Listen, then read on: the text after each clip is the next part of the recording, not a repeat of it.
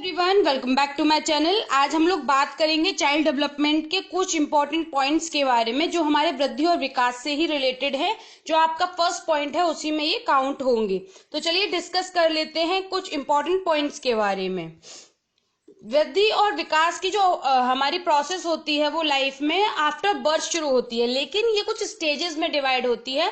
From the conception to the till death हमारा जो विकास है कुछ चरणों में, कुछ अवस्थाओं में होता है, जिन्हें हम स्टेजेस कहते हैं इंग्लिश में।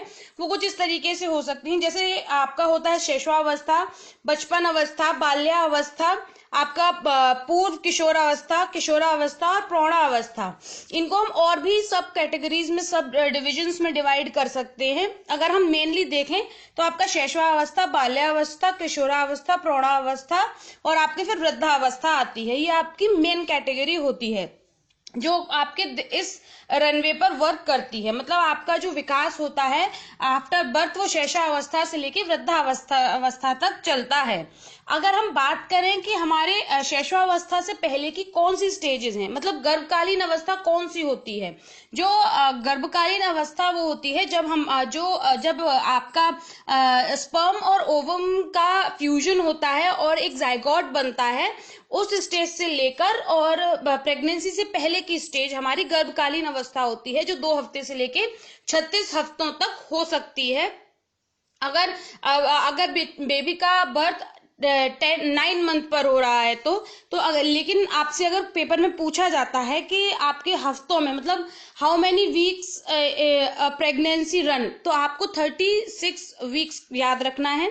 तो 36 वीक्स जो है वो आपके गर्भकालीन अवस्था के होते हैं, जिसमें जो एक आपका जो एक फीटस होता है, जो गर्भ में जो बच्चा होता है वो डिफरेंट लेयर्स में बना हुआ होता है। वो डिफरेंट लेयर्स को मिलकर एक मास जैसी लुगदी होती है इनिशियली, जो कुछ इस तरीके की दिखाई देती है, और वो डिफरेंट परतों से बना होता है, जो होती है एक्टोडर्म, मीजोडर्म एंड एंडोडर्म। यानी कि अगर आपसे पूछा जाए कि गर्भकालीन अवस्था में जो 3 परत होती हैं उनके क्या नाम है, तो वो है एक्टोडर्म, मीजोडर्म एंड एंडोडर्म।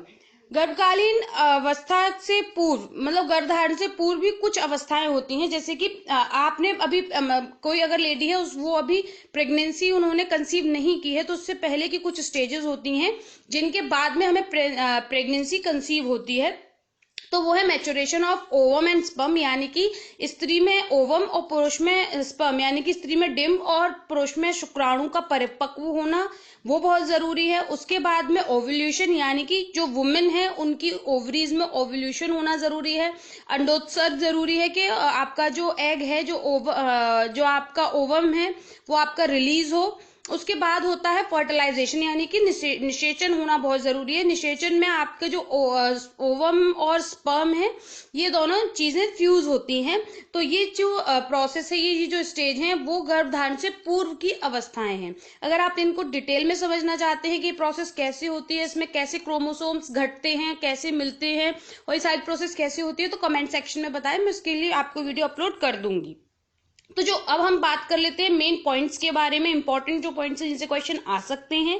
पहला है ओवम, यानी कि ओवम डिम्ब का पोषण कहाँ मिलता है।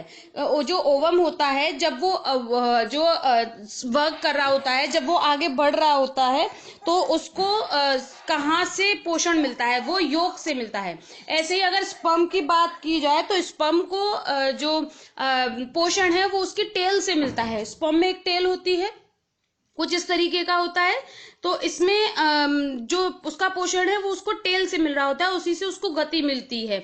और वैसे ही अगर हम बात करें ओवम की, डिम्ब की, तो उसमें योक से उसको पोषण मिलता है। जो ओवम है वो ओवम में माइटोकॉन्ड्रिया होता है, और माइटोकॉन्ड्रिया क्या होता है, एनर्जी का सोर्स होता है, मतलब वो एनर्जी का मेन सोर्स होता है। ओवम और स्पर्म का जो विलयन है यानी कि फ्यूजन है वो कहाँ होता है, ये भी आपसे क्वेश्चन पूछा जा सकता है। तो वो फैलोपियन ट्यूब में होता है, जिसे हम यूट्राइन ट्यूब भी कहते हैं, पर मोस्ट कॉमनली इसको फैलोपियन ट्यूब के नाम से जाना जाता है। जो विलयन की स्टेजेस क्या कहलाती है, मतलब जो आपका फ्यूजन हो रहा है उसको क्या कहते हैं, उस फ्यूजन को हम जाइगोट बनना कहते हैं, यानी कि युग्मनज बनता है। जब जाइगोट बनता है, मुझे हिंदी का टर्म क्लियरली नहीं पता है, लिखा सही है बट आप इसको जाइगोट की तरह ही याद कीजिए।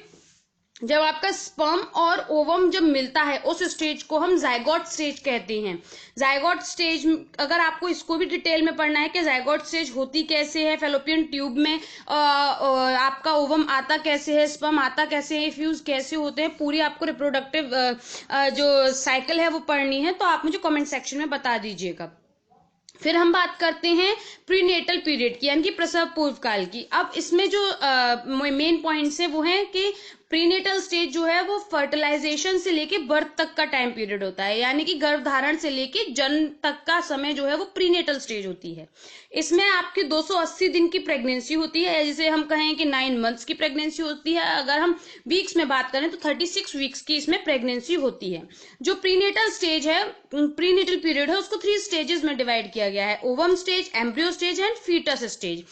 ओवम स्टेज को हिंदी में डिंब अवस्था, एम्ब्रियो स्टेज को भ्रूण अवस्था, लेकिन अपरिपक्व होता है इसमें भ्रूण, और फीटस स्टेज को भ्रूण अवस्था कहते हैं, जिसमें जो फीटस है वो आपका परिपक्व हो जाता है, यानी कि मेच्योर हो जाता है।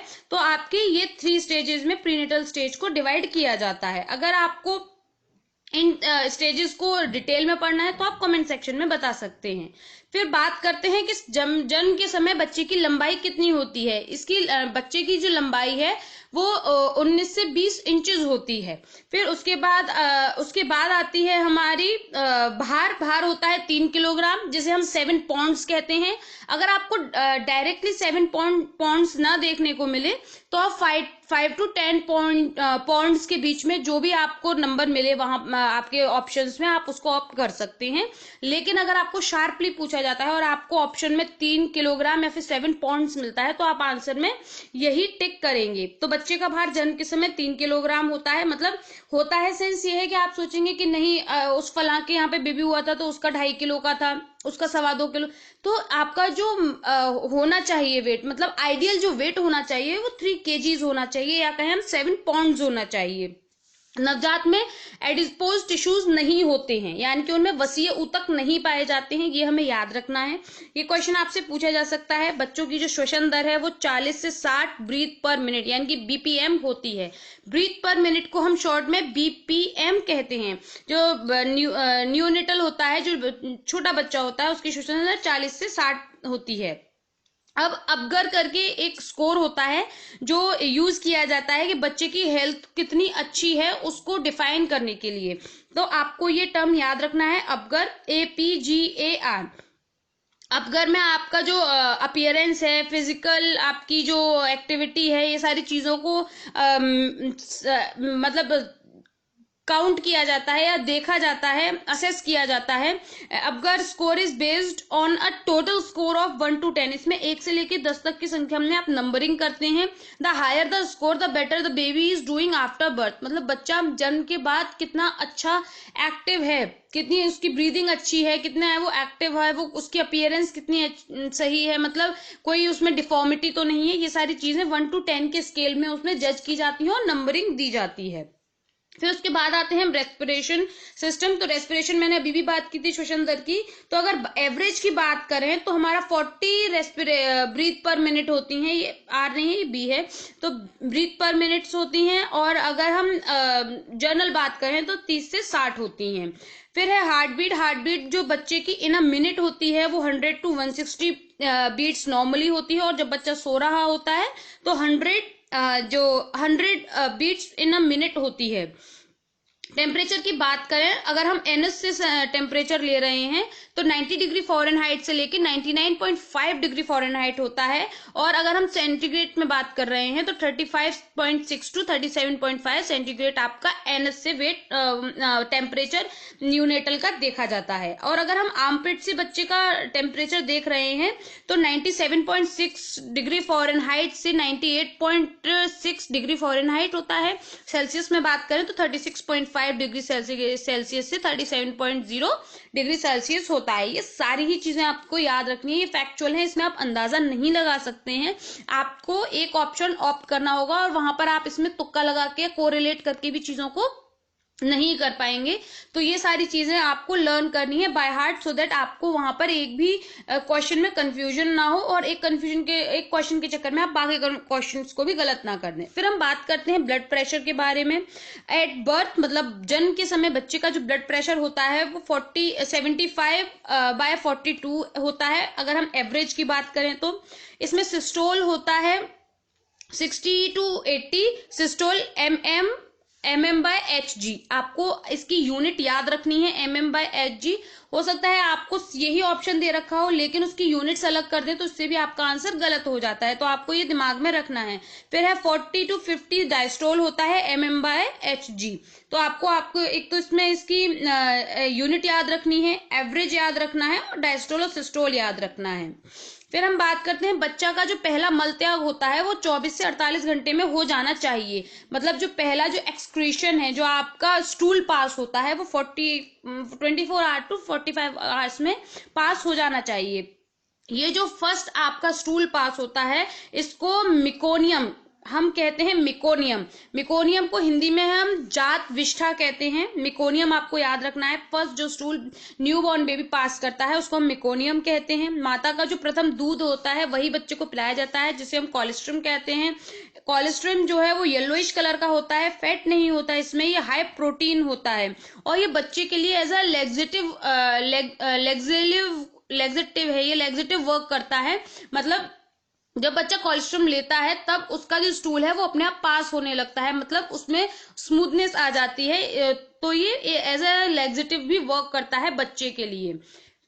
यहाँ पर हमने अपना कंप्लीट कर लिए हैं इंपॉर्टेंट पॉइंट्स और आगे हम नेक्स्ट वीडियो में बात करेंगे चाइल्ड डेवलपमेंट के बारे में। वीडियो अच्छी लगी हो तो लाइक करें, कमेंट करें, शेयर करें। चैनल अगर सब्सक्राइब नहीं किया है तो do subscribe my channel as well. Thank you for watching my video and have a good day. Bye bye.